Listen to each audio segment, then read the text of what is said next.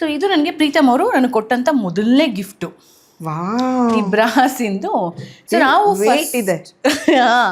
So ನಾವು first meet ಮಾಡಿದ್ದು ಅಂದರೆ 2024 ಅದೇ ಇಲ್ಲಿ ಟ್ಯಾಟೂ ಹಾಕ್ಸ್ಕೊಂಡಿದ್ದೀವಲ್ಲ, ಇದು ಜೂನ್ 24 ಜೂನ್ 2024 ಡೇಟ್ನ ಟ್ಯಾಟೂ ಹಾಕ್ಸಿದ್ದೀರಾ ಅಲ್ವಾ?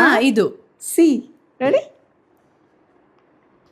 ವಾವ್, ನಾನು ಇದನ್ನ ಗಮನಿಸೇ ಇಲ್ಲ.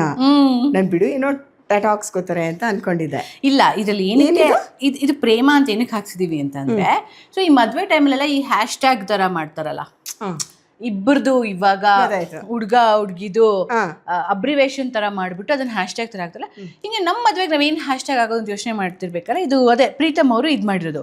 ಡೇಟು ನೀವು ಮೀಟ್ ಮಾಡಿರೋ ಡೇಟು ಅದು ಪ್ರೇಮ ಅಂತ PREMA ಆಗುತ್ತಲ್ವಾ. ಸೊ PRE ಅವ್ರ ಹೆಸರಲ್ಲಿ ಬರೋಂತ ಸ್ಟಾರ್ಟಿಂಗ್ ಅಕ್ಷರಗಳು, MA ನನ್ನ ಅಕ್ಷರದಲ್ಲಿ ಬರೋದು. ಅದ್ ಮಾಡಿದಕ್ಕೆ ತುಂಬಾ ಕ್ಯೂಟ್ ಆಗಿ ಪ್ರೇಮ ಅಂತ ಆಗೋಯ್ತು. ಅದನ್ನ ಹ್ಯಾಶ್ ಟ್ಯಾಗ್ ಹಾಕಿ ಇಟ್ಕೊಂಡ್ವಿ.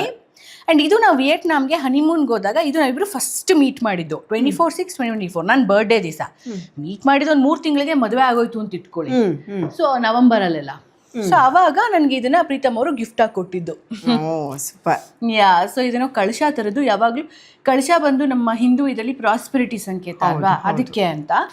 ಅಂಡ್ ನಾವಿಬ್ರು ಕೂಡ ಅವಾಗಿಂದನೂ ಏನೋ ವಾಟರ್ ಮ್ಯಾನಿಫೆಸ್ಟೇಷನ್ ಅಂತ ಮಾಡ್ತಾ ಇದ್ವಿ. ಅದಕ್ಕೆ ಕೊಟ್ಟಿದ್ರು ಈ ತರ 2 ಲೋಟ. ಇದನ್ನ ಇಟ್ಕೊಂಡು ಮ್ಯಾನಿಫೆಸ್ಟೇಷನ್ ಅಂದ್ರೆ ಸುಮ್ನೆ ಹಿಂಗೆ ಇನ್ಸ್ಟಾಗ್ರಾಮ್ ಅಲ್ಲಿ ನೋಡಿದ್ವಿ. ಆಮೇಲೆ ಈಗ ಲೋಟ ತುಂಬಾ ನೀರನ್ನ ತುಂಬಿಕೊಂಡು, and also it has worked for us. ಆಯ್ತಾ, ಏನ್ ಮಾಡ್ಬೇಕದು, ಹೆಂಗ್ ಮಾಡ್ಬೇಕು?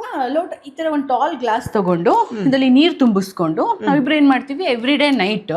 ಸೊ ಜಸ್ಟ್ ವಾಟರ್ಗೆ ಒಂದು ಯೂನಿವರ್ಸ್ಗೆ ಪ್ರೇ ಮಾಡೋ ತರ, ನಮ್ಮಿಬ್ರಿಗೂ ಮದ್ವೆ ಆಗ್ಲಿ, ಸೊ ನಮ್ಮ ಅಪ್ಪ ಅಮ್ಮ ಎಲ್ಲ ಒಪ್ಕೊಳ್ಳಿ, ಸೊ ಇದು ತರ ಆಗ್ಲಿ ಅಂತ ಹೇಳ್ಬಿಟ್ಟು ಏನ್ ನಮ್ಮ ಆಸೆಗಳಿರುತ್ತೆ ಹೇಳೋದು. ಆಮೇಲೆ ನೀರನ್ನ ಕುಡಿಯೋದು ಅಷ್ಟೇ.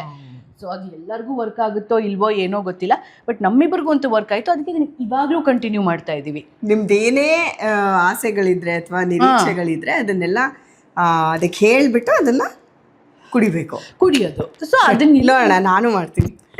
ಮಾಡಿ, ಒಬ್ಬೊಬ್ರಿಗೂ ಒಂದೊಂದು ವರ್ಕ್ ಆಗುತ್ತೆ. ಅದ್ರಲ್ಲಿ ಲಾಸ್ ಅಂತ ಏನಿಲ್ವೇ? ನೀರ್ ಕುಡಿಯೋದ್ರಿಂದ ಲಾಸ್ ಅಂತ ಏನಿಲ್ಲ. ನಾನು ಮಾಡ್ತೀನಿ. ತುಂಬಾ ಡೀಟೇಲ್ ಆಗಿ ರಿಸರ್ಚ್ ಮಾಡಕ್ಕೆ ನಾನೇನು ಹೋಗಿಲ್ಲ. ಯಾವ್ದ್ರ ಬಗ್ಗೆನೇ ಆಗಿರ್ಲಿ, ಯಾವ್ದೋ ಒಂದು ಮಂತ್ರ ಹೇಳ್ಕೊತೀವಿ, ನಮ್ಗೆ ಅದು ವರ್ಕ್ ಆಗುತ್ತೆ, ಆ ದೇವ್ರ ಮೇಲೆ ನಮಗ್ ಭಕ್ತಿ ಬರುತ್ತೆ. ಹಂಗೇನೆ ಈ ಟೆಕ್ನಿಕ್ ನ ಒಂದೇನ್ ಗೊತ್ತಾ, ನಾವು ತುಂಬಾ ಯೋಚನೆ ಮಾಡೋದು, ತುಂಬಾ ರಿಸರ್ಚ್ ಮಾಡೋದು, ಆಮೇಲೆ ಇದನ್ನ ನಂಬೇಕೋ ಬೇಡವೋ ಅನ್ಕೊಳ್ಳೋದು ಇದೆಲ್ಲ ಅಲ್ಲೇ ಬಿದ್ದೋಗ್ಬಿಡತ್ತೆ. ನೀವು ಒಂದೇ ವರ್ಕ್ ಆಗೋದಾಗುತ್ತೆ. ಒಂದೇ ಮನ್ಸಿಂದ, ಪ್ರೀತಿ ಮನ್ಸಿಂದ, ನಂಬಿಕೆಯಿಂದ ಮಾಡಿದ್ರೆ ಎಲ್ಲದೂ ನಿಜ ಆಗುತ್ತೆ. ಅದಕ್ಕೆ ಅಲ್ವಾ ಹಿಂದೆ ಕಾಲದಲ್ಲೆಲ್ಲ ರಾಗಗಳಿಗೆ ಮಳೆ ಬರ್ಸೋ ಶಕ್ತಿ ಇತ್ತು ಅಂತ ಹೇಳ್ತಾ ಇದ್ದು. ಅದೇ ನಂಬಿಕೆ.